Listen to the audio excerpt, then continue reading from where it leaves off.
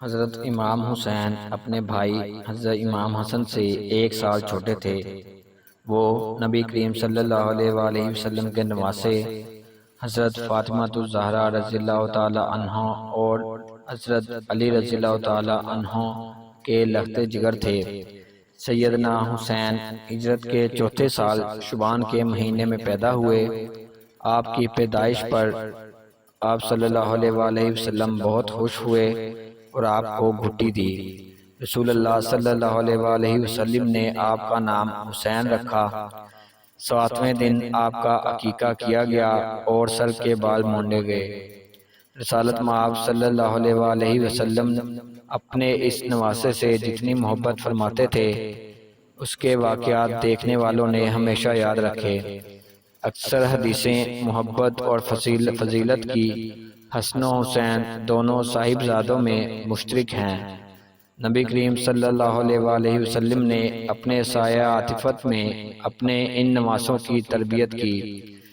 حضرت امام حسین رضی اللہ تعالی عنہ نے 25 حج پیدل کیے، جہاد میں بھی حصہ لیتے رہے۔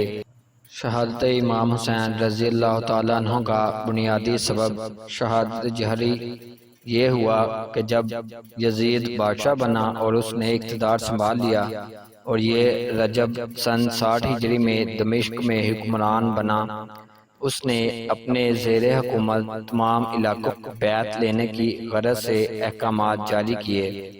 اس نے اسی غرض سے مدینہ منورہ کے گورنر ولید بن عقبہ کو بھی حکم نامہ جاری کیا کہ وہ حضرت امام حسین رضی اللہ تعالی عنہ سے بھی بیعت لی جائے۔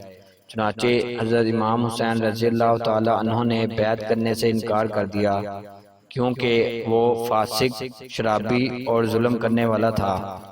اس لیے حضرت امام حسین رضی اللہ تعالی عنہ 4 شعبان کو مدینہ منورہ سے نکلے اور مکہ مکرمہ تشریف لے گئے اور وہاں پر آپ قیام پذیر ہو گئے۔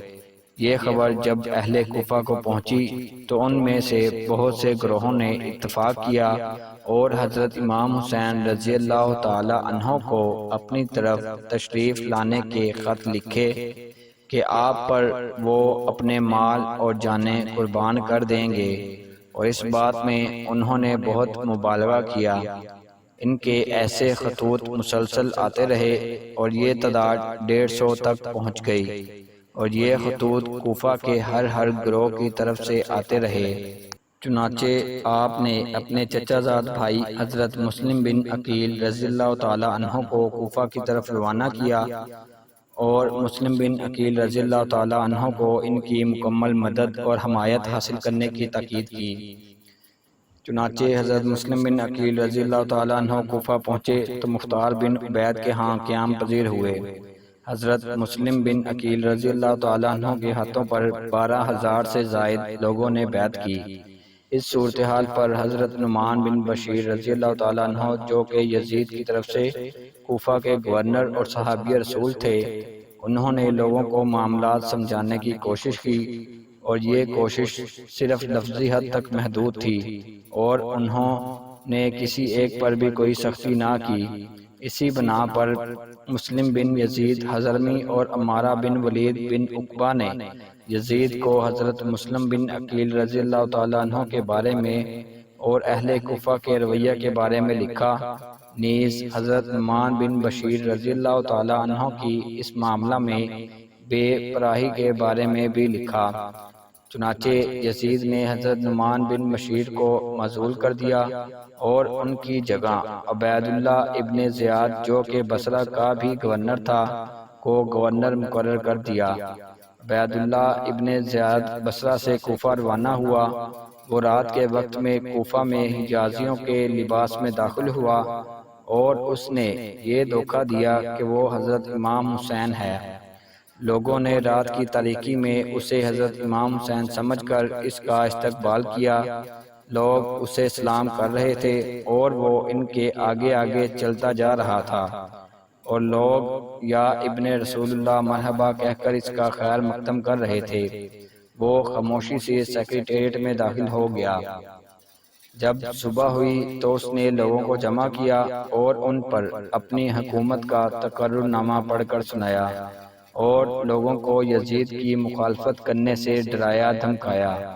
اس نے اپنے مکر اور چالوں سے حضرت امام مسلم بن عقیل رضی اللہ تعالیٰ عنہ کی جماعت میں پھوٹ ڈال دی۔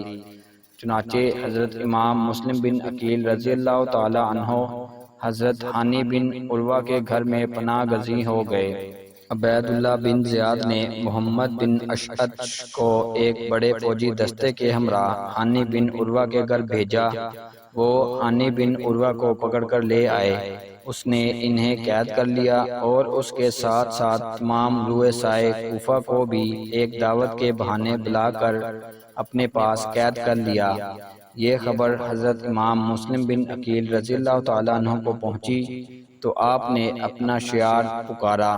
چنانچہ آپ کے گرد فوراً 40,000 لوگ جمع ہو گئے اور انہوں نے قصر حکومت سیکریٹریٹ کو گھیرے میں لے لیا۔ عبید اللہ ابن زیاد نے ان رؤسائے کوفہ کو جنہیں قیدی بنا کر رکھا ہوا تھا انہیں مجبور کیا کہ تم اپنے اپنے قبائل و برادری سے بات کر کے انہیں واپس بھیجو اور انہیں حضرت امام مسلم بن عقیل رضی اللہ تعالیٰ عنہ کی حمایت سے دور کرو۔ چنانچہ انہوں نے اپنی اپنی جان بچانے کی غرض سے اپنے اپنے قبائل سے گفتگو کر کے انہیں واپس جانے پر مجبور کیا، اور یوں لوگ آہستہ آہستہ واپس جانے لگے اور شام تک آپ کے گرد صرف اور صرف 500 افراد رہ گئے، اور جب اندھیرا چھا گیا تو وہ بھی چلے گئے، اور یوں حضرت امام مسلم بن عقیل رضی اللہ تعالی عنہ تنہا رہ گئے۔ اب آپ راستے میں تنہا تھے تو آپ راستے میں پریشانی کے عالم میں چلتے ہوئے ایک عورت کے مکان پر پہنچے۔ آپ نے اس سے پانی طلب کیا، اس نے آپ کو پانی پیش کیا اور آپ کو اپنے گھر تشریف لانے کو کہا۔ آپ اس کے گھر میں داخل ہوئے۔ اس عورت کا ایک بیٹا محمد بن اشعث کا چیلا تھا۔ اس نے جا کر محمد بن اشعث کو خبر دی۔ اس نے آگے عبید اللہ ابن زیاد کو بتا دیا۔ عبید اللہ ابن زیاد نے عمرو بن حریث تھانے دار کو اور محمد بن اشعث کو بھیجا۔ انہوں نے اپنے سپاہیوں کے ساتھ جا کر اس مکان کا محاصرہ کر لیا۔ حضرت امام مسلم بن عقیل رضی اللہ تعالی عنہ اپنی تلوار لے کر نکلے اور ان سے جہاد شروع کر دیا۔ آپ کے شدید زخمی ہونے پر محمد بن اشعث آپ کے پاس آیا اور آپ کو امان کا جھانسہ دے کر عبید اللہ ابن زیاد کے پاس لے گیا۔ عبید اللہ ابن زیاد نے حضرت امام مسلم بن عقیل رضی اللہ تعالیٰ عنہ کو شہید کر کے آپ کا جسد مبارک لوگوں کی طرف پھینک دیا۔ پھر اس نے ہانی بن عروہ کو پھانسی کے پھندے پر لٹکا دیا، اور یہ واقعہ ذی الحج کی 3 تاریخ سن 60 ہجری کو پیش آیا، اور اس کے بعد عبید اللہ ابن زیاد نے حضرت امام مسلم بن عقیل رضی اللہ تعالی عنہ کے دونوں بیٹے جو کہ آپ کے ساتھ ہی گئے تھے، حضرت محمد اور حضرت ابراہیم رضی اللہ تعالی عنہما کو بھی شہید کروا دیا۔ یہی وہ وقت تھا جب حضرت سیدنا امام حسین رضی اللہ تعالی عنہ مکہ مکرمہ سے کوفہ کے لیے روانہ ہوئے، اور یہ بھی کہا گیا ہے کہ آپ 8 ذی الحجہ کو روانہ ہوئے۔ آپ کی روانگی کا سبب یہ تھا، حضرت سیدنا امام مسلم بن عقیل رضی اللہ تعالی عنہ نے آپ کو خط لکھا تھا کہ آپ یہاں پر تشریف لے آئیں، یہ تمام لوگ آپ کے منتظر ہیں۔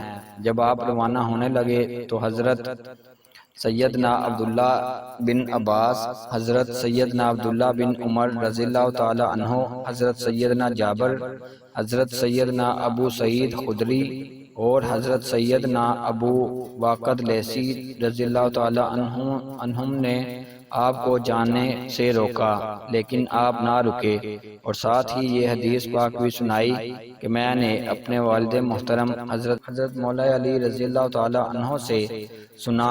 انہوں نے حضور صلی اللہ علیہ وآلہ وسلم سے یہ بیان سنا کہ حضور صلی اللہ علیہ وآلہ وسلم ارشاد فرماتے ہیں کہ ایک مینڈے کی وجہ سے مکہ مکرمہ کی بے ہوگی۔ آپ نے فرمایا کہ میں وہ مینڈا نہیں بننا چاہتا۔ آپ روانہ ہوئے تو آپ کے اہل بیت میں سے، آپ کے خداموں اور غلاموں میں سے آپ کے ساتھ 88 لوگ روانہ ہوئے۔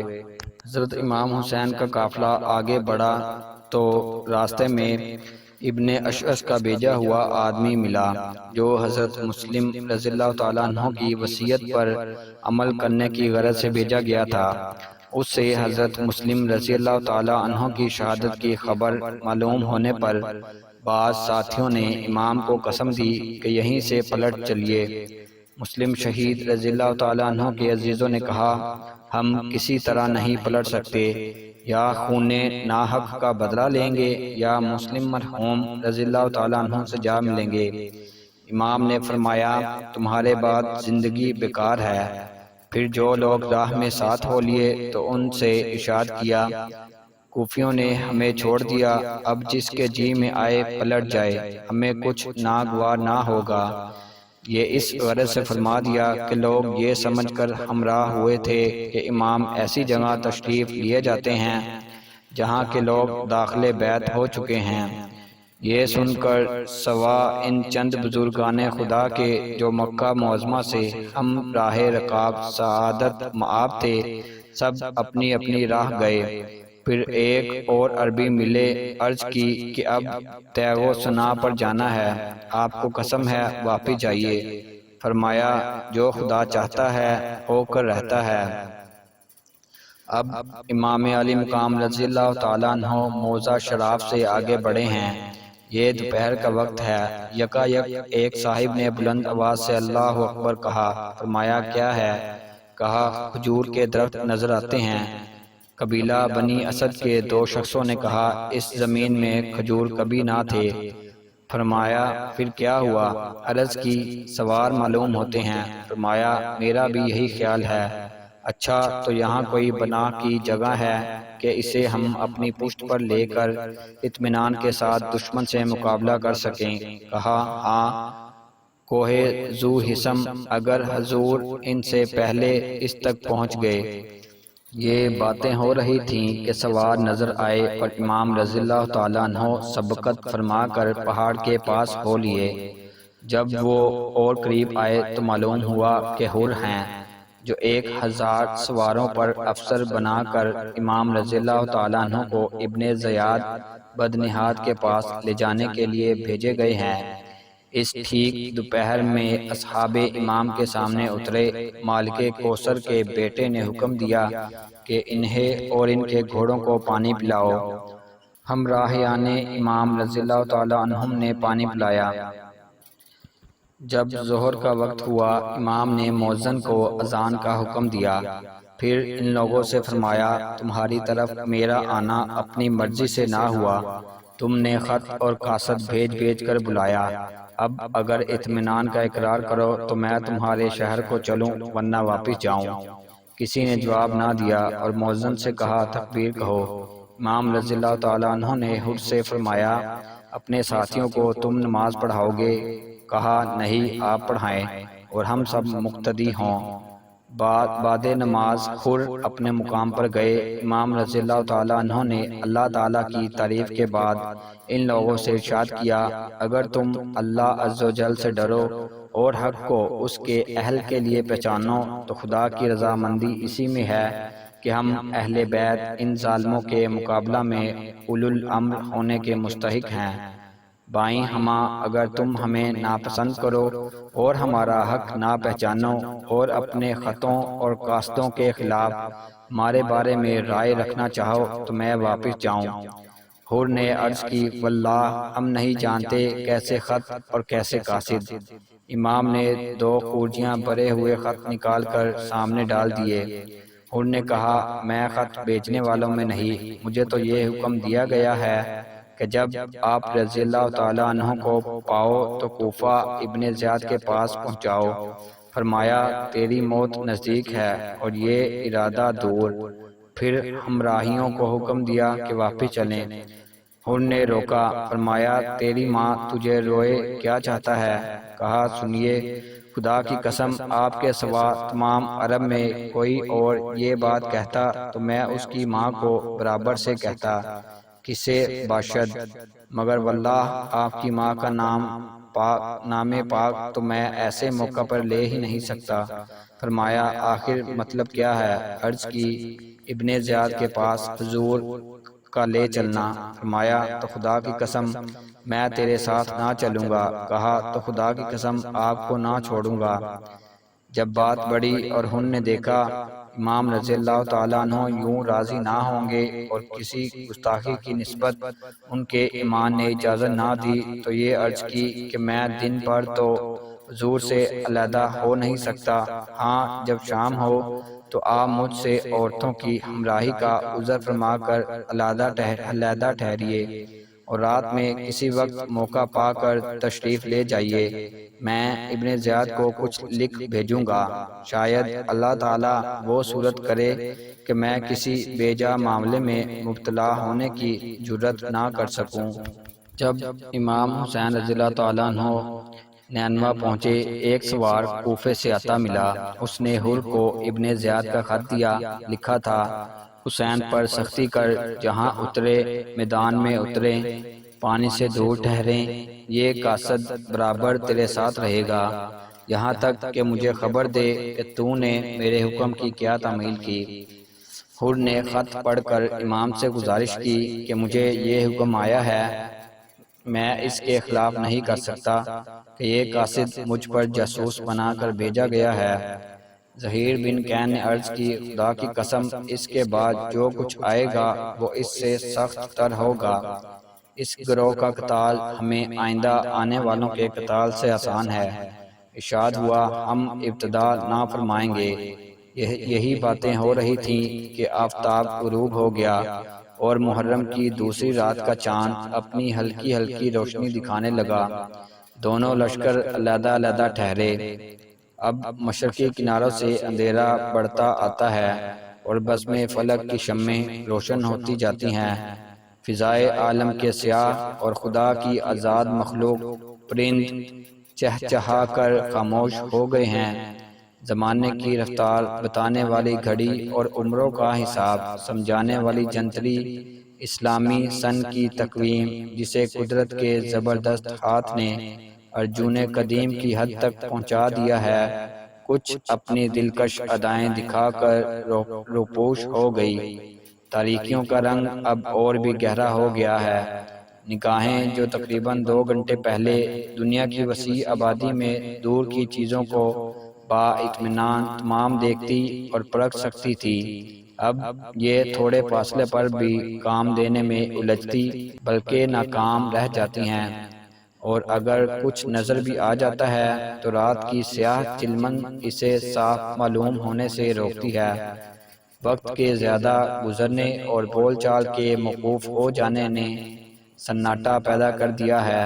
رات اور بھی بھیانک ہو گئی ہے۔ شب بیدار ستاروں کی آنکھیں جھکی پڑتی ہیں، سونے والے لمبیاں تانے سو رہے ہیں، نیند کا جادو زمانے پر چل گیا ہے۔ حر کے لشکر سے نفیر خواب بلند ہوئی ہے۔ امام جنت مقام جنہوں نے اتنی رات اسی موقع کے انتظار میں جاگ جاگ کر گزاری ہے، کوچ کی تیاریاں فرما رہے ہیں۔ اسباب جو شام سے بندھا رکھا تھا بار کیا گیا اور عورتوں بچوں کو سوار کرایا گیا ہے۔ اب یہ مقدس قافلہ اس اندھیری رات میں فقط اس آسرے پر روانہ ہو گیا ہے کہ رات زیادہ ہے، دشمن سوتے رہیں گے اور ہم ان سے صبح ہونے تک بہت دور نکل جائیں گے۔ باقی رات چلتے اور سواریوں کو تیز چلاتے گزری۔ اب تقدیر کی خوبیاں دیکھیے کہ مظلوموں کی صبح ہوتی ہے تو کہاں کربلا کے میدان میں۔ جل جلالہ یہ محرم 21 ہجری کی دوسری تاریخ اور 5 شنبہ کا دن ہے۔ عمرو بن سعد اپنا لشکر لے کر امام کے مقابلے پر آ گیا ہے۔ اس بدبخت کو ابن زیاد بدنہاد نے کفار و یلم کے جہاد پر مقرر کیا اور فتح کے صلے میں حکومت رے کا فرمان لکھ دیا تھا۔ امام حسین رضی اللہ تعالیٰ عنہ کی خبر پائی، بدنصیب کی نیت بدی پر آئی، بلا کر کہا کہ ادھر کا قصد ملتوی رکھ، پہلے حسین سے مقابل ہو، فارغ ہو کر ادھر جانا۔ کہا مجھے معاف کرو، کہا بہتر مگر اس شرط پر کہ ہمارا نوشتہ واپس دے۔ اس نے ایک دن کی مہلت مانگ کر احباب سے مشورہ کیا، سب نے ممانعت کی، اور اس کے بھانجے حمزہ بن مغیرہ بن شعبہ نے کہا، اے ماموں، میں تجھے خدا کی قسم دیتا ہوں کہ حسین سے مقابلہ کر کے گناہ گار نہ ہوگا۔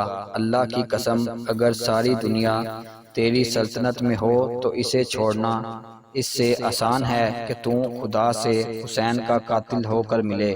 کہا، نہ جاؤں گا، مگر ناپاک دل میں تردد رہا۔ رات کو آواز آئی، کوئی کہتا ہے۔ کہا، رے کی حکومت چھوڑ دو اور وہ بڑی مرغوب چیز ہے، یا قتل حسین رضی اللہ تعالیٰ عنہ کی مذمت گوارا کرو، اور ان کے قتل میں وہ آگ ہے جس کی روک نہیں، اور رے کی سلطنت آنکھوں کی ٹھنڈک ہے۔ آخر قتل امام مظلوم ہی پر رائے قرار پائی۔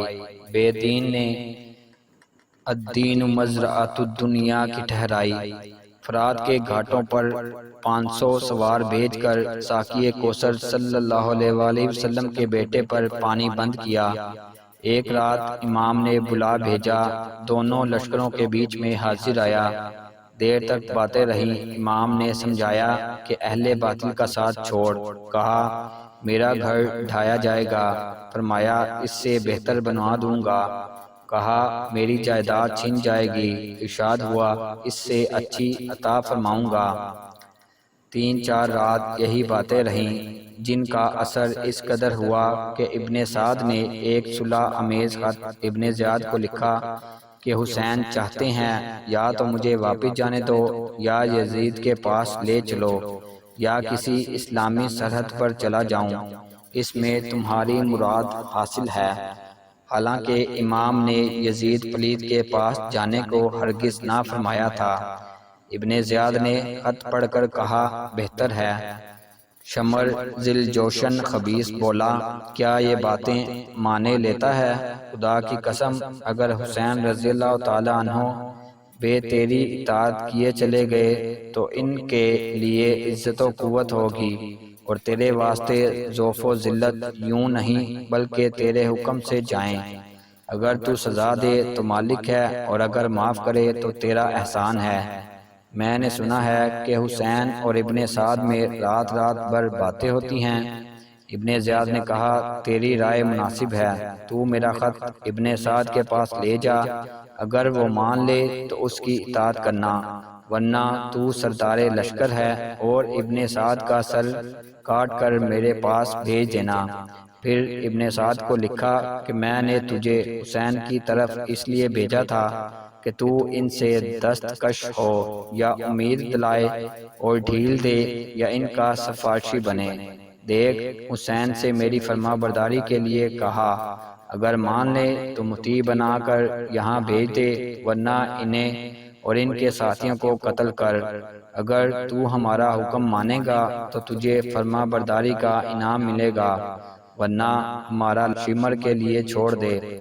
جب شمر نے خط لیا تو عبداللہ ابن ابل محل بن حزام اس کے ساتھ ساتھ اس کی پھوپھی ام البنین بنت حزام مولا علی کرم اللہ وجہہ کی زوجہ، اور پسرانے مولا علی حضرت عباس و عثمان و عبداللہ و جعفر کی والدہ تھی۔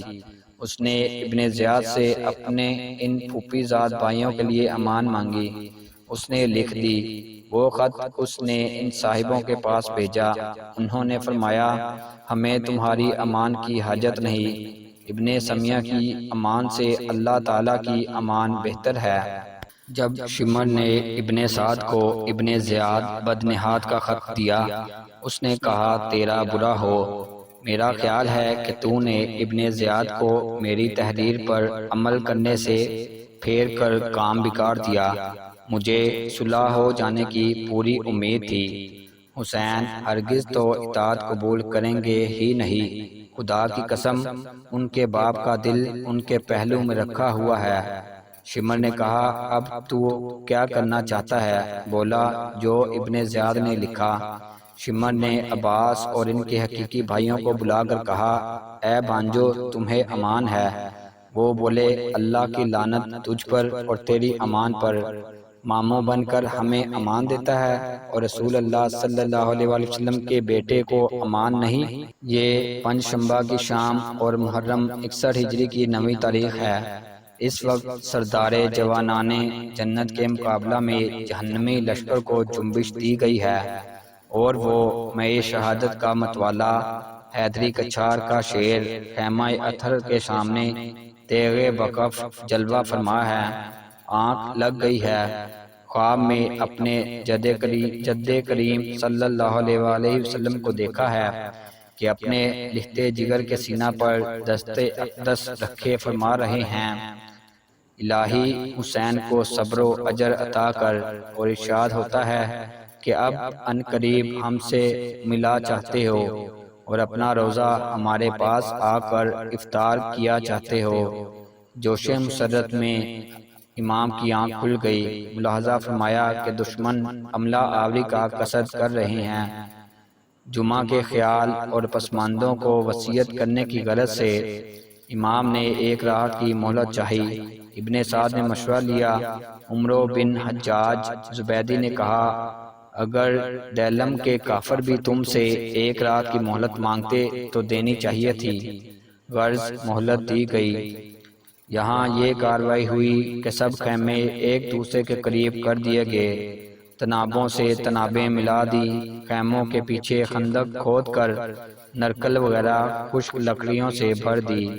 اب مسلمان ان کاموں سے فارغ ہو کر امام کی خدمت میں حاضر ہوئے ہیں، اور امام اپنے اہل اور ساتھیوں سے فرما رہے ہیں، صبح ہمیں دشمنوں سے ابھی رات باقی ہے، جہاں جگہ پاؤ چلے جاؤ، اور ایک ایک شخص میرے اہل بیت سے ایک ایک کو ساتھ لے جاؤ، اللہ تم سب کو جزائے خیر دے۔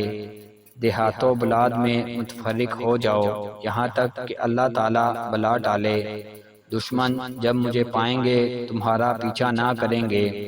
یہ سن کر امام کے بھائیوں، صاحبزادوں، بھتیجوں اور عبداللہ ابن جعفر کے بیٹوں نے عرض کی، یہ ہم کس لیے کریں؟ اس لیے کہ آپ کے بعد زندہ رہیں۔ اللہ ہمیں وہ منحوس دن نہ دکھائے کہ آپ نہ ہوں اور ہم باقی ہوں۔ مسلم شہید رضی اللہ تعالیٰ عنہ کے بھائیوں سے فرمایا گیا، تمہیں مسلم رضی اللہ تعالیٰ عنہ ہی کا قتل ہونا کافی ہے، میں اجازت دیتا ہوں، تم چلے جاؤ۔ عرض کی، اور ہم لوگوں سے جا کر کیا کہیں؟ یہ کہیں کہ اپنے سردار، اپنے آقا، اپنے سب سے بہتر بھائی کو دشمنوں کے نرغے میں چھوڑ آئے ہیں، نہ ان کے ساتھ تیر پھینکا، نہ نیزہ مارا، نہ تلوار چلائی، اور ہمیں خبر نہیں کہ ہمارے چلے آنے کے بعد ان پر کیا گزری۔ خدا کی قسم ہم ہرگز ایسا نہ کریں گے، بلکہ اپنی جانیں، اپنے بال بچے تمہارے قدموں پر فدا کر دیں گے، تم پر قربان ہو کر مر جائیں گے۔ اللہ اس زندگی کا برا کرے جو تمہارے بعد ہو۔ مسلم بن اوسجا اسدی نے عرض کی، کیا ہم حضور کو چھوڑ کر چلے جائیں؟ اور ابھی ہم نے حضور کا کوئی حق ادا کر کے اللہ کے سامنے معذرت کی جگہ نہ پیدا کی۔ خدا کی قسم میں تو آپ کا ساتھ نہ چھوڑوں گا، یہاں تک کہ اپنا نیزہ دشمنوں کے سینے میں توڑ دوں، اور جب تک تلوار میرے ہاتھ میں رہے وار کیے جاؤں۔ خدا گواہ ہے، اگر میرے پاس ہتھیار بھی نہ ہوتے تو میں پتھر مارتا، یہاں تک کہ آپ کے ساتھ مارا جاتا۔ اسی طرح اور سب ساتھیوں نے بھی گزارش کی، اللہ عز و جل ان سب کو جزائے خیر دے، اور جنات الفردوس میں امام عالی مقام رضی اللہ تعالیٰ عنہ کا ساتھ اور ان کے جد کریم صلی اللہ علیہ وآلہ وسلم کا سایہ عطا فرمائے، اور دنیا و آخرت قبر و حشر میں ہمیں ان کے برکات سے بہرہ مندی بخشے۔ اسی رات میں امام رضی اللہ تعالیٰ عنہ نے کچھ ایسے شعر پڑھے جن کا مضمون حسرت و بے کسی کی تصویر آنکھوں کے سامنے کھینچ دے۔ زمانہ صبح و شام خدا جانے کتنے دوستوں اور عزیزوں کو قتل کرتا ہے، اور جسے قتل کرنا چاہتا ہے اس کے بدلے میں دوسرے پر راضی نہیں ہوتا۔ ہونے والے واقعے کی خبر دینے والی دلخراش آواز حضرت زینب رضی اللہ تعالی عنہا کے کان میں پہنچی، صبر نہ ہو سکا، بے تاب ہو کر چلاتی ہوئی دوڑی، کاش اس دن سے پہلے مجھے موت آ گئی ہوتی۔ آج میری ماں فاطمہ کا انتقال ہوتا ہے، آج میرے باپ علی دنیا سے گزرتے ہیں، آج میرے بھائی حسن کا جنازہ نکلتا ہے۔ اے حسین، اے گزرے ہوں کی نشانی اور پسماندوں کی جائے پناہ، پھر وش کھا کر گر پڑیں۔ اللہ اکبر۔ آج مالک کوثر کے گھر میں اتنا پانی بھی نہیں کہ بے ہوش بہن کے منہ پر چھڑکا جائے۔ جب ہوش آیا تو فرمایا، اے بہن، اللہ سے ڈرو اور صبر کرو، جان لو سب زمین والوں کو مرنا اور سب آسمان والوں کو گزرنا ہے، اللہ کے سوا سب کو فنا ہے۔ میرے باپ، میری ماں، میرے بھائی رضی اللہ تعالیٰ عنہم مجھ سے بہتر تھے۔ ہر مسلمان کو رسول اللہ صلی اللہ علیہ وآلہ وسلم کی راہ چلنی چاہیے۔ روز عاشوراء کی صبح جان گزا آتی اور جمعے کی سحر محشر زا منہ دکھاتی ہے۔ امام عرش مقام رضی اللہ تعالیٰ عنہ خیمہ اطہر سے برآمد ہو کر اپنے 72 ساتھیوں، 32 سواروں، 40 پیادوں کا لشکر ترتیب دے رہے ہیں۔ دانے بازو پر زہیر بن کین، بائیں پر حبیب بن مظہر رضی اللہ تعالیٰ عنہ سردار بنائے گئے، اور نشان برادری پر حضرت عباس رضی اللہ تعالیٰ عنہ مقرر فرمائے گئے ہیں، اور حکم دیا گیا ہے کہ خندق کی لکڑیوں میں آگ دے دی جائے کہ دشمن ادھر سے راہ نہ پائیں۔ اس انتظام کے بعد امام جنت مقام رضی اللہ تعالی عنہ تحیہ شہادت کے واسطے پاکی لینے تشریف لے گئے۔ عبد الرحمن بن عبدربہ، یزید بن حسین ہمدانی رضی اللہ تعالی عنہما خیمے کے دروازے پر منتظر ہیں کہ بعد فراغ امام خود بھی یہ سنت ادا کریں۔ ابن حسین نے عبد الرحمن سے کچھ ہنسی کی بات کہی، وہ بولے، یہ ہنسی کا کیا موقع ہے؟ کہا، خدا گواہ ہے، میری قوم بھر کو معلوم ہے کہ جوانی میں بھی کبھی میری ہنسی کی عادت نہ تھی، اس وقت میں اس چیز کے سبب سے خوش ہو رہا ہوں جو ابھی ملا چاہتی ہے۔ تم اس لشکر کو دیکھتے ہو جو ہمارے مقابلے کے لیے تلا کھڑا ہے، خدا کی قسم ہم میں اور حوروں کی ملاقات میں اتنی ہی دیر باقی ہے کہ یہ تلواریں لے کر ہم پر جھک پڑیں۔ امام حسین رضی اللہ تعالیٰ عنہ باہر تشریف لائے اور ناکہ پر سوار ہو کر اتمام حجت کے لیے اشقیہ کی طرف تشریف لے گئے۔ قریب پہنچ کر فرمایا، لوگو میری بات سنو اور جلدی نہ کرو، اگر تم انصاف کرو تو سعادت پاؤ، ورنہ اپنے ساتھیوں کو جمع کرو اور جو کرنا ہے کر گزرو، میں مہلت نہیں چاہتا۔ میرا اللہ جس نے قرآن اتارا اور جو نیکوں کو دوست رکھتا ہے میرا کارساز ہے۔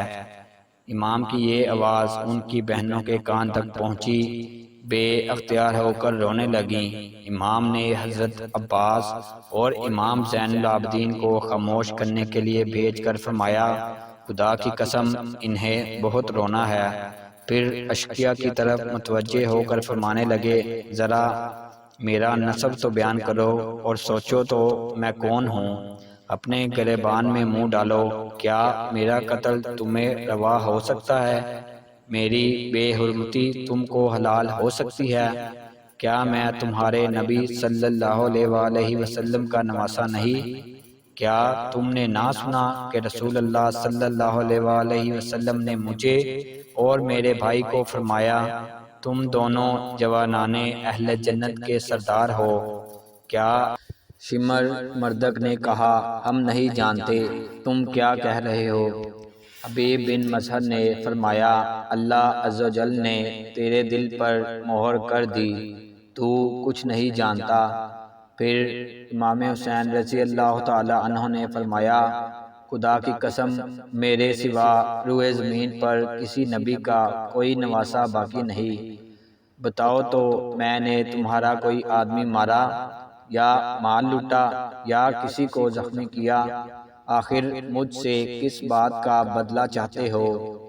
کوئی جواب دہ نہ ہوا تو نام لے کر فرمایا، اے شیش بن ربی، اے حجاز بن ابجر، اے قیس بن اشعث، اے زید بن الحارث، کیا تم نے مجھے خطوط نہ لکھے؟ وہ خبیث صاف مکر گئے، فرمایا ضرور لکھے۔ پھر ارشاد ہوا، اے لوگو، اگر تم مجھے ناپسند رکھتے ہو تو واپس جانے دو۔ پھر فرمایا، میں اپنے اور تمہارے رب عز و جل کی پناہ مانگتا ہوں اس امر سے کہ مجھے سنگسار کرو، اور پناہ مانگتا ہوں اس مغرور سے جو قیامت کے دن پر ایمان نہ لائے۔ یہ فرما کر ناکہ شریف سے اتر آئے۔ زہیر بن کین ہتھیار لگائے گھوڑے پر سوار آگے بڑھے اور کہنے لگے، اے اہل کوفہ، عذاب الہی جلد آتا ہے۔ مسلمان کا مسلمان پر حق ہے کہ نصیحت کرے۔ ہم تم ابھی دینی بھائی ہیں، جب تلوار اٹھے گی تم الگ گروہ ہوگے، ہم الگ۔ ہمیں تمہیں اللہ تعالیٰ نے اپنے نبی کریم صلی اللہ علیہ وآلہ وسلم کی اولاد کے بارے میں آزمایا ہے کہ ہم تم ان کے ساتھ کیا معاملہ کرتے ہیں۔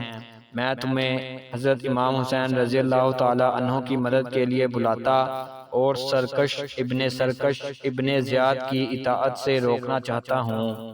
تم اس سے ظلم و ستم کے سوا کچھ نہ دیکھو گے۔ کوفیوں نے کہا، جب تک تمہیں اور تمہارے سردار کو قتل نہ کر لیں یا متی بنا کر ابن زیاد کے پاس نہ بھیج دیں، ہم یہاں سے نہ ٹلیں گے۔ زہیر رضی اللہ تعالی عنہ نے فرمایا، خدا کی قسم، فاطمہ کے بیٹے سمیہ کے بیٹے سے زیادہ مستحق محبت و نصرت ہیں۔ اگر تم ان کی مدد نہ کرو تو ان کے قتل کے بھی در پہ نہ ہو۔ اس پر شمر مردود نے ایک تیر مار کر کہا، چپ، بہت دیر سے تو نے ہمارا سر کھایا ہے۔ زہیر رضی اللہ تعالی عنہ نے فرمایا، او ایڑیوں پر موتنے والے کے بچے، میں تجھ سے بات نہیں کرتا، تو نرا جانور ہے۔ میرے خیال میں تجھے قرآن کی 2 آیتیں بھی نہیں آتی، تجھے قیامت کے دن دردناک عذاب اور رسوائی کا مژدہ ہو۔ شمر بولا، کوئی گھڑی جاتی کہ تو اور تیرا سردار قتل کیا جاتا ہے۔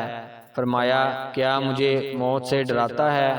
خدا کی قسم، ان کے قدموں پر مرنا تم لوگوں کے ساتھ ہمیشہ جینے سے پسند ہے۔ پھر بلند آواز سے کہنے لگے، اے لوگو، تم کو یہ بے ادب اجڑ فریب دیتا اور دین حق سے بے خبر کرنا چاہتا ہے۔ جو لوگ اہل بیت یا ان کے ساتھیوں کو قتل کریں گے، خدا کی قسم محمد صلی اللہ علیہ وآلہ وسلم کی شفاعت انہیں نہ پہنچے گی۔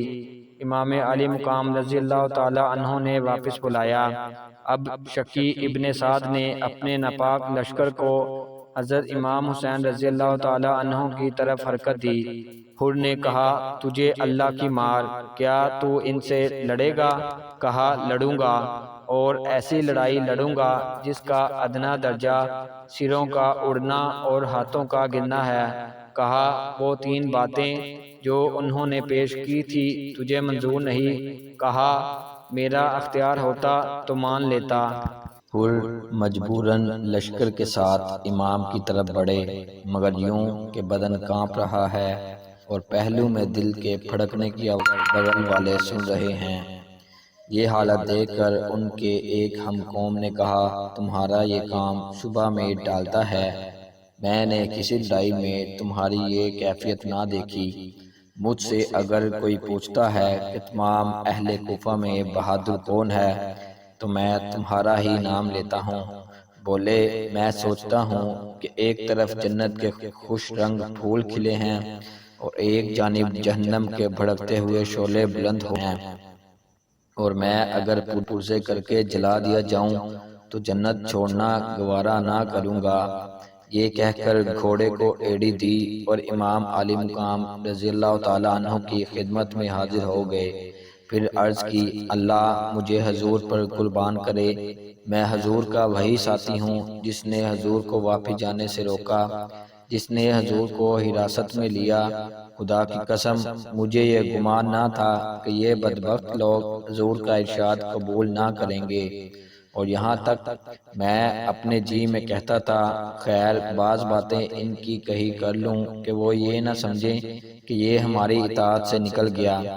انجام کار تو وہ حضور کا ارشاد کچھ نہ کچھ مان ہی لیں گے، اور خدا کی قسم مجھے یہ گمان ہو کہ یہ کچھ نہ مانیں گے تو مجھ سے اتنا بھی ہرگز واقع نہ ہو۔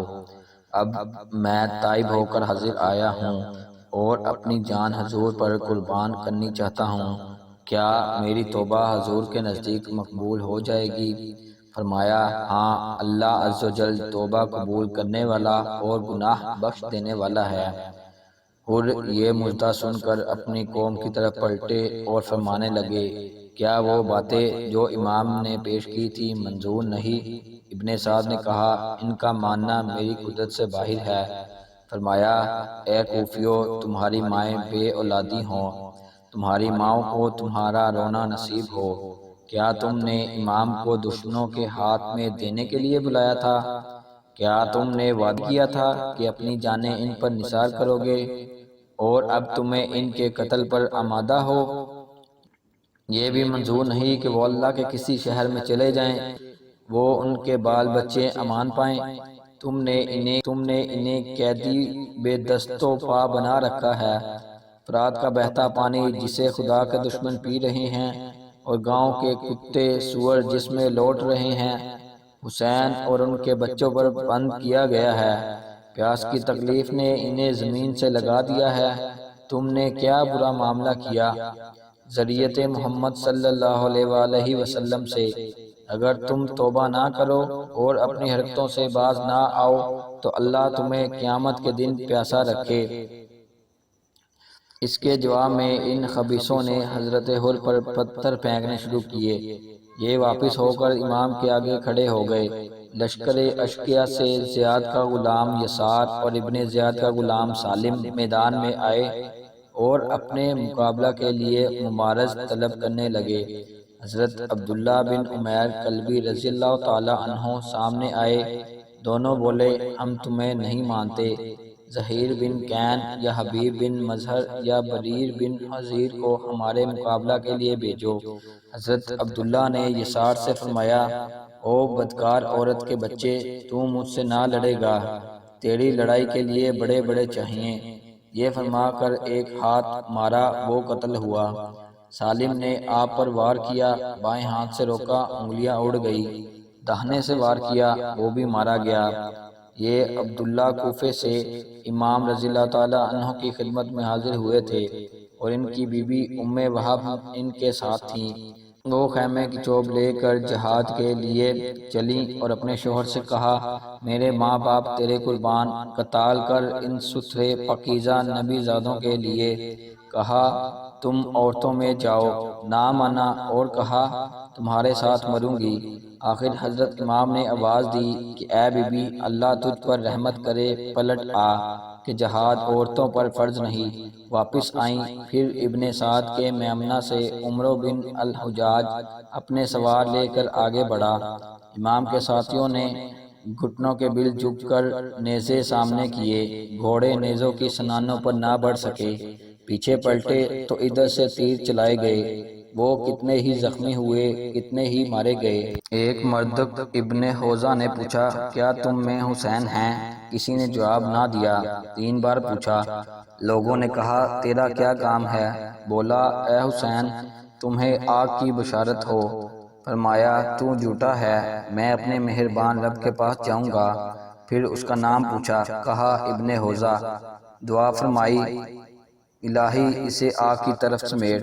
یہ سن کر وہ مردود غضبناک ہوا، حضور کی طرف گھوڑا چمکایا، قدرت خدا کہ گھوڑا بھڑکا اور یہ پھسلا، ایک پاؤں رکاب میں الجھ کر رہ گیا۔ اب گھوڑا اڑا چلا جاتا ہے، یہاں تک کہ اس مردود کی ران اور پنڈلی ٹوٹی، سر پتھروں سے ٹکرا ٹکرا کر پاش پاش ہو گیا۔ آخر اسی حال میں واصل جہنم ہوا۔ مسروق بن وائل حضرمی امام حسین رضی اللہ تعالی عنہ کے سر مبارک لینے کی تمنا میں آیا تھا۔ ابن حوزہ کا یہ حال دیکھ کر کہنے لگا، خدا کی قسم، میں تو اہل بیت سے کبھی نہ لڑوں گا۔ پھر یزید بن موکل حضرت بریر سے کہنے لگا، خدا نے تمہارے ساتھ کیا کیا؟ فرمایا، اچھا کیا۔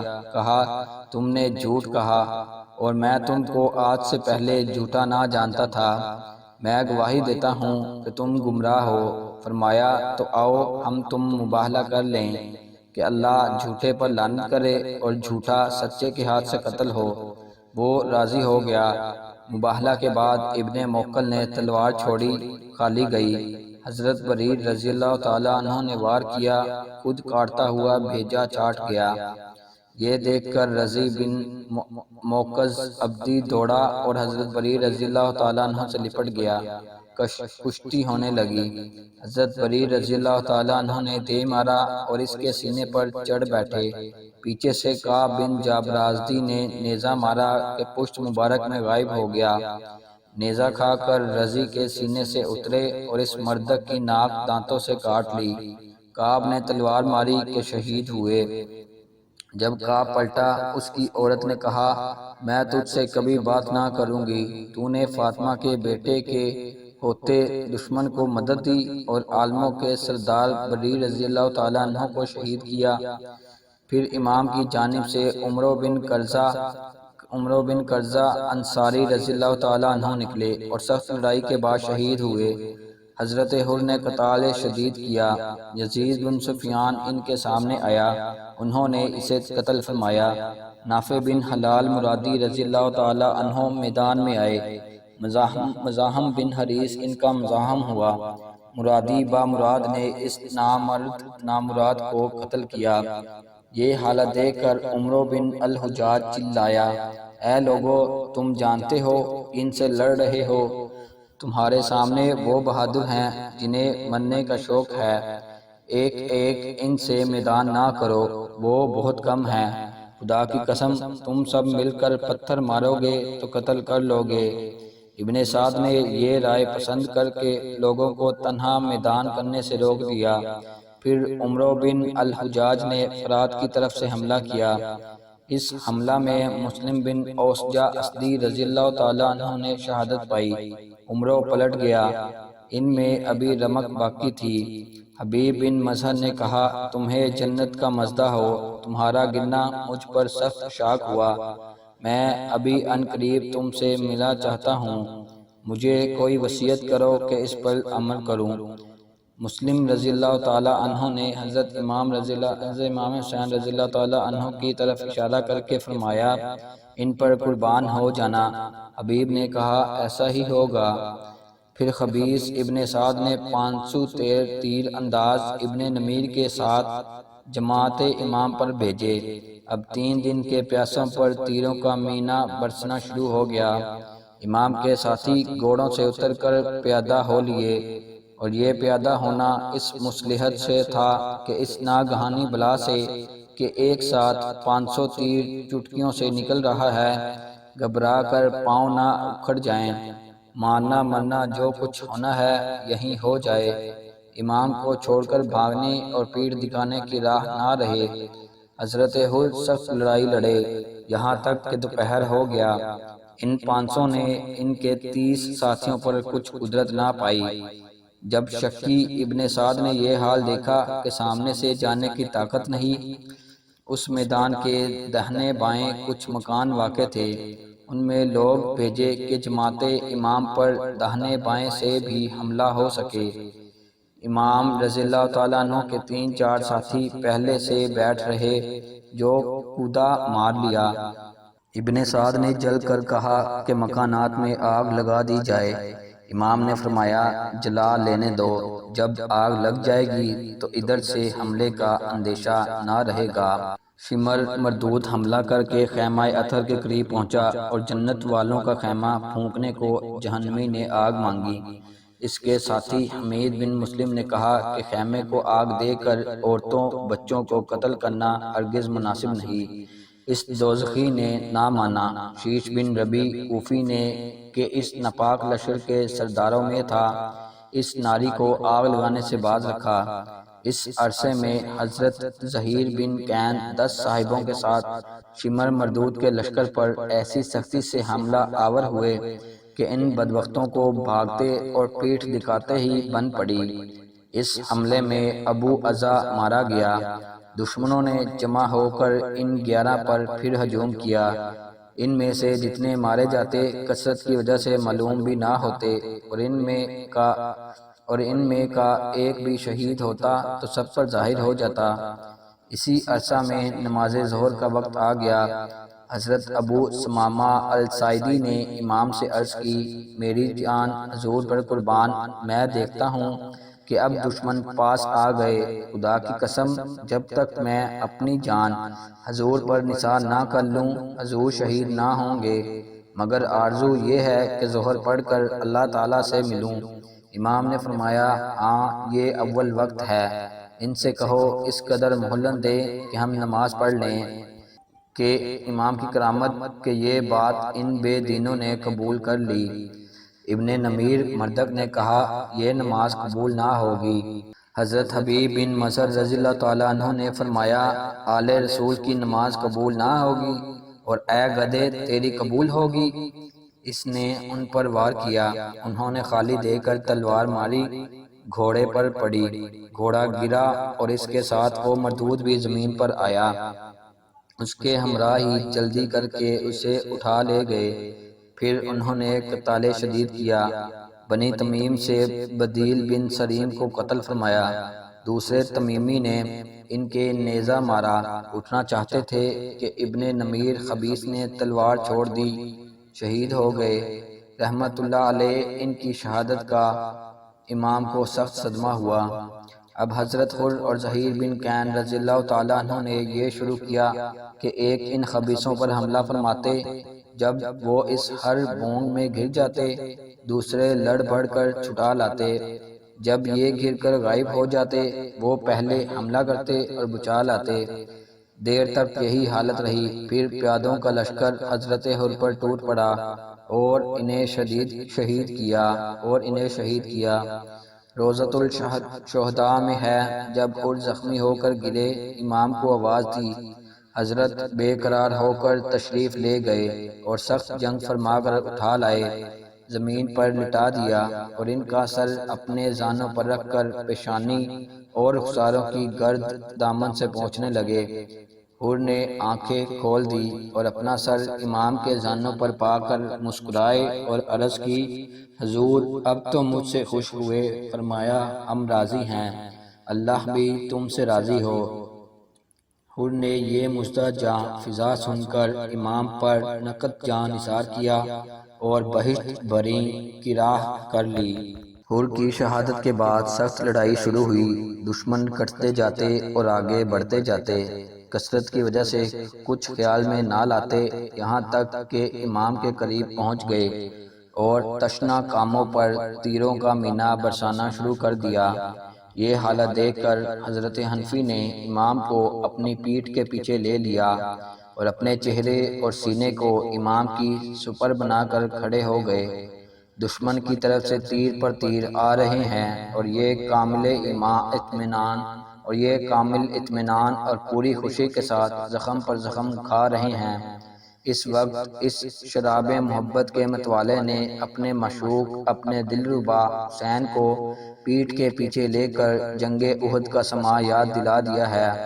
وہاں بھی ایک عاشق جان باز مسلمانوں کی لڑائی بگڑ جانے پر سید حضور صلی اللہ علیہ وآلہ وسلم کے سامنے دشمنوں کے حملوں کی سپر بن کر آ کھڑا ہوا تھا۔ یہ حضرت سعد بن ابی وقاص تھے۔ حضور صلی اللہ علیہ وآلہ وسلم انہی کے پیچھے قیام فرما تھے اور دشمنوں کے دفع کرنے کو ترکش سے تیر عطا فرماتے جاتے، اور ہر تیر پر ارشاد ہوتا، تیر مار اے سعد، تجھ پر میرے ماں باپ قربان۔ اللہ کی شان جنگ احد میں حضرت سعد کی جان نثاری کی وہ کیفیت کہ رسول اللہ صلی اللہ علیہ وآلہ وسلم کی سپر بن گئے اور دشمنوں کو قریب نہ آنے دیا۔ اور واقعہ کربلا میں ابن سعد کی ضیاءکاری کی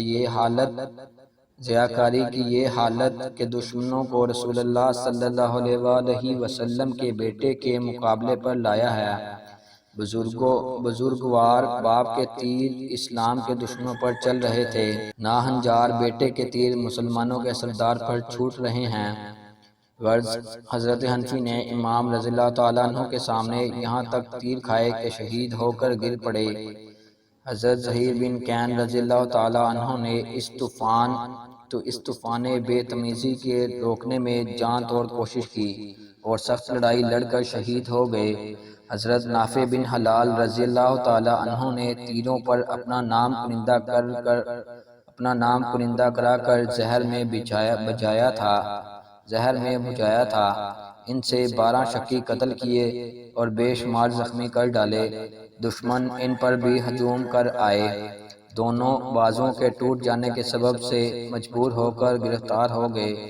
شمر خبیث انہیں ابن سعد کے پاس لے گیا۔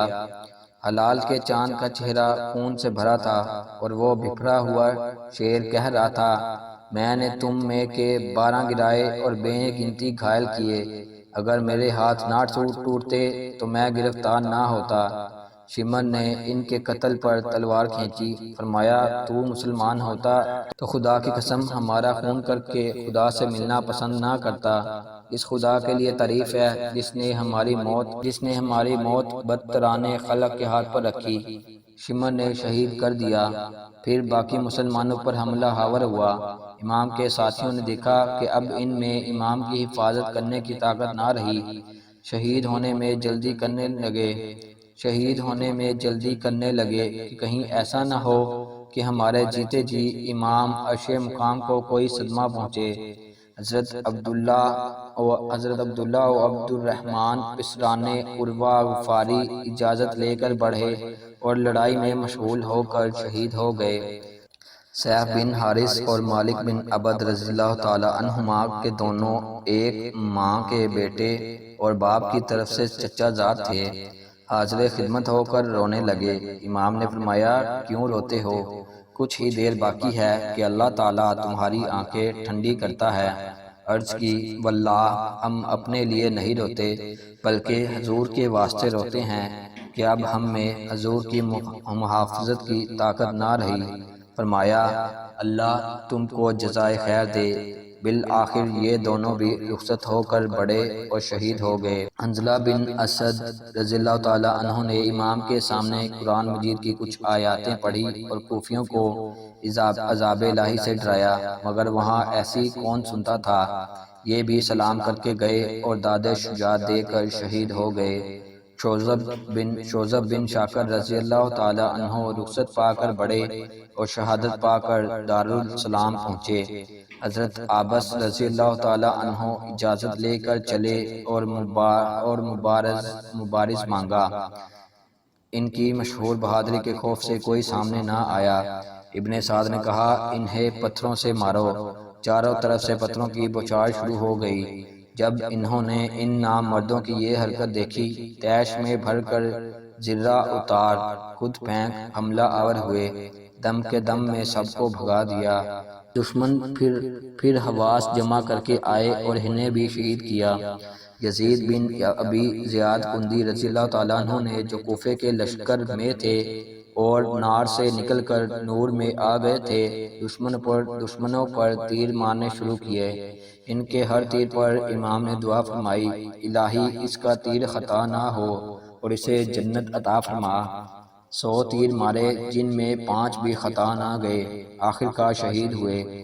اس واقعہ میں سب سے پہلے انہوں ہی نے شہادت پائی اور شہیدان کربلا کی ترتیب وار فہرست انہی کے نام سے شروع ہوئی ہے۔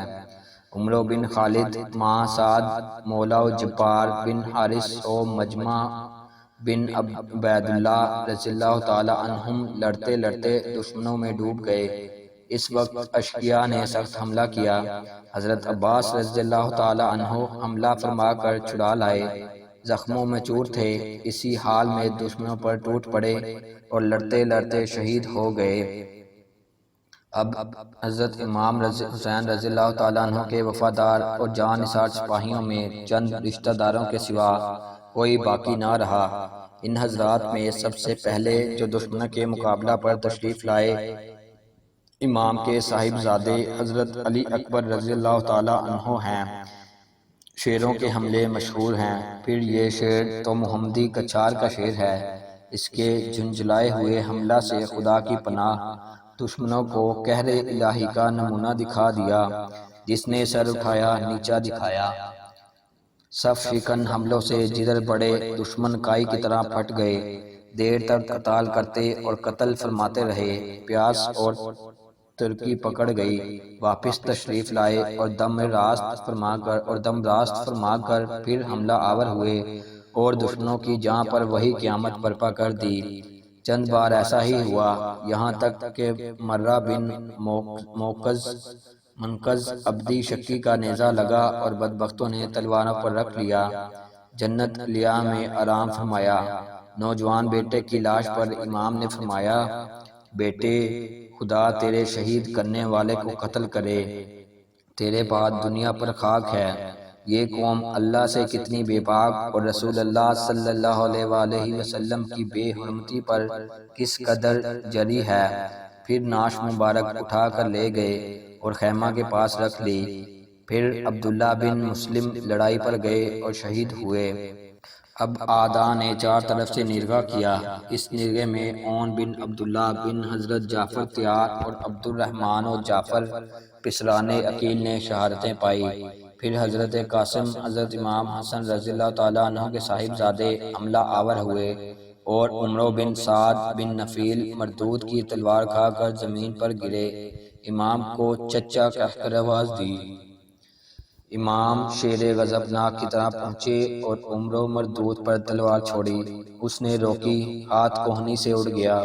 وہ چلایا، کوفے کے سوار اس کی مدد کو دوڑے اور گرد و غبار میں اسی کے ناپاک سینے پر گھوڑوں کی ٹاپیں پڑ گئیں۔ جب گرد چھٹی تو دیکھا حضرت امام حضرت قاسم کی لاش پر فرما رہے ہیں، قاسم، تیرے قاتل رحمت الہی سے دور ہیں۔ خدا کی قسم، تیرے چچا پر سخت شاک گزرا کہ تو پکارے اور وہ تیری فریاد کو نہ پہنچ سکے۔ پھر انہیں بھی اپنے سینے پر اٹھا کر لے گئے اور حضرت علی اکبر کے برابر لٹا دیا۔ اسی طرح یکے بعد دیگرے حضرت عباس اور ان کے تینوں بھائی اور امام کے دوسرے صاحبزادے حضرت ابو بکر اور سب بھائی بھتیجے رضی اللہ تعالی عنہم شہید ہو گئے۔ اللہ انہیں اپنی وسیع رحمتوں کے سائے میں جگہ دے اور ہمیں ان کی برکات سے بہرہ مند فرمائے۔ اب امام حسین رضی اللہ تعالیٰ عنہ تنہا رہ گئے۔ خیمے میں تشریف لا کر اپنے چھوٹے صاحبزادے حضرت عبداللہ کو، جو عوام میں علی اصغر مشہور ہیں، گود میں اٹھا کر میدان میں لائے۔ ایک شکی نے تیر مارا کہ گود ہی میں ذبح ہو گئے۔ امام نے ان کا خون زمین پر گرایا اور دعا کی، الہی، اگر تو نے آسمانی مدد ہم سے روک لی ہے تو انجام بخیر فرما اور ان ظالموں سے بدلہ لے۔ پھول کھل کھل کر بہاریں اپنی سب دکھلا گئے، پھول کھل کھل کر بہاریں اپنی سب دکھلا گئے، حسرت ان غنچوں پر ہے جو بے کھلے مرجھا گئے۔ حسن و عشق کے باہمی تعلقات سے جو آگاہ ہیں جانتے ہیں کہ وصل دوست جسے چاہنے والے اپنی جان سے زیادہ عزیز رکھتے ہیں، بغیر مصیبتیں اٹھائے اور بلائے جھیلے حاصل نہیں ہوتا۔ امام نے شمر خبیث کو خیمہ اطہر کی طرف بڑھتے ہوئے دیکھ کر فرمایا، خرابی ہو تمہارے لیے، اگر دین نہیں رکھتے اور قیامت سے نہیں ڈرتے تو شرافت سے تو نہ گزرو۔ میرے اہل بیت سے اپنے جاہل سرکشوں کو روکو، دشمن ادھر سے باز رہے۔ اب چار طرف سے امام حسین رضی اللہ تعالیٰ عنہ، جنہیں شوق شہادت ہزاروں دشمنوں کے مقابلے میں اکیلا کر کے لایا ہے، نرغہ ہوا۔ امام دہنی طرف حملہ فرماتے تو دور تک سواروں اور پیادوں کا نشان نہ رہتا، بائیں جانب تشریف لے جاتے تو دشمنوں کو میدان چھوڑ کر بھاگنا پڑتا۔ خدا کی قسم، وہ فوج اس طرح ان کے حملوں سے پریشان ہوتی جیسے بکریوں کے گلا پر شیر آ پڑتا ہے۔